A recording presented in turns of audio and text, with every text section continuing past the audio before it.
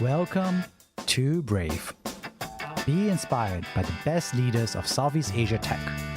Build the future, learn from our past, and stay human in between. I'm Jeremy Au, a VC, founder, and father. Mondays for no BS commentary on the latest startup news with Shi & Co., managing partner of Hustle Fund. Thursdays for in-depth interviews of changemakers across the region, sharing about the highs and lows of their lives. Join us and over 10,000 subscribers at www.bravesea.com for transcripts, analysis, and community.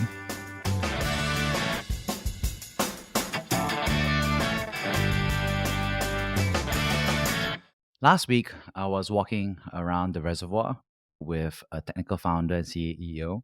He's an incredible engineer, and we were discussing the impact of AI on the future. I also received a newsletter that I finally got around to reading called ChinAI, which I recommend, written by Jeffrey Ding. The article talks about their view on AI and military, especially in the context of the US and China, arms race. What I really got away from the article was that, first of all, I think there's a lot of hype and speculation about how AI is really going to change weapon systems and is going to be a very immediate effect. However, the point of view is that from an economist perspective, artificial intelligence is very much similar to the release of electricity as a science and technology, as well as a distribution platform. And so their point of view is that, even though the breakthroughs in deep learning happened in the early 2010s and, of course, have become very popular in the early 2022s, the truth is that this extended trajectory of adoption could really last all the way until the 2050s or the 2060s. This was really important because, I think even in the walk with the founder, we had this conversation about whether it was really too late for AI, right? Whether it was too late to build a startup in AI, and he felt like there's no economic moat and there's no future to it. And I was like, yeah, but I think if AI was like a very quick model, like for example, business model, like Uber for deliveries, right? Or Uber for hotels, I think there's a business model that's very fast to spread, but also very fast to be copied.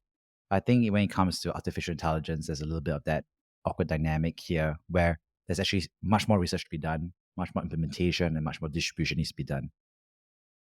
The second part it talks about was very much about how there's a US-China gap. And of course, everyone's talking about how as if China's going to crush it. But I think what was interesting was that the article argues that actually China does not have the same defense industrial base and is still catching up in terms of the civil military fusion. And what that means is that it doesn't have startups in defense the same way as Palantir and Anduril. In fact, China didn't even allow non-governmental capital into national defense industries until 2005.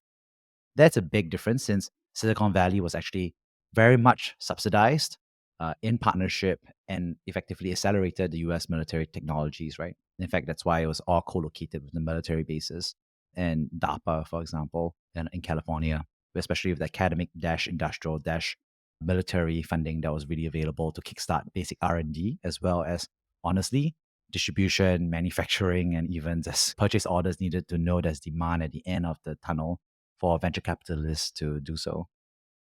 In fact, we've seen VCs actually like Lux Capital succeed because they made that bet to say that one day the US defense industry is going to really require startups that are thinking innovatively. And as a result, even though defense tech is a lot of hardware, technically takes a long time to build, and of course is very lumpy in terms of capital and therefore very risky for startups historically as a hardware-governmental buyer startup.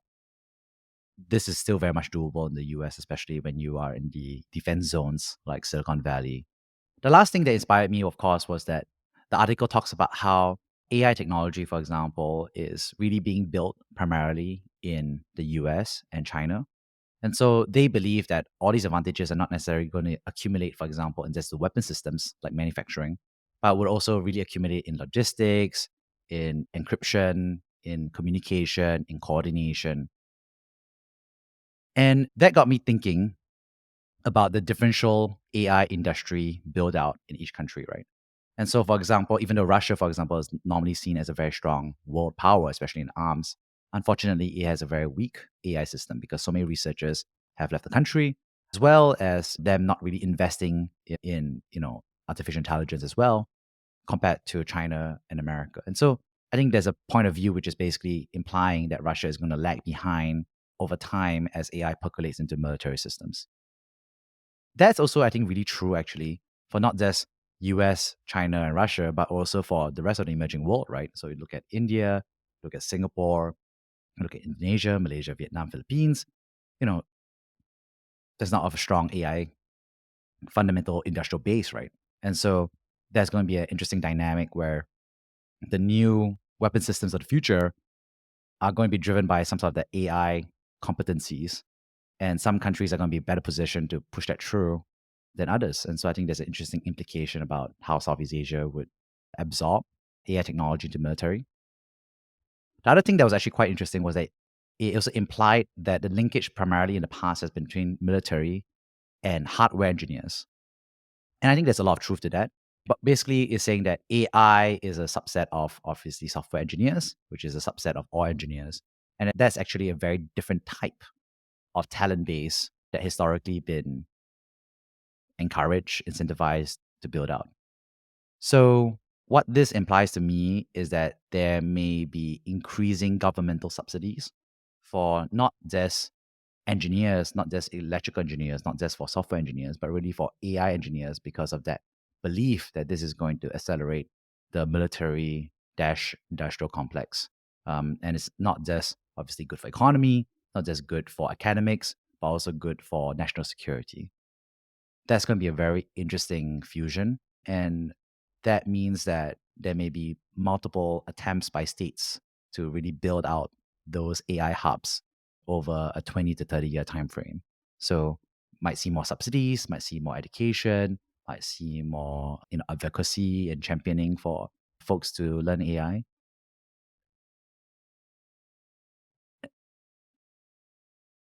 And what's most interesting about it is that behind it would be just not just obviously the economic, and therefore it wouldn't necessarily just be subsidized by the Ministry of Education. It wouldn't just be subsidized by the Ministry of Trade and Commerce, for example, but also subsidized by the Ministry of Security, for example.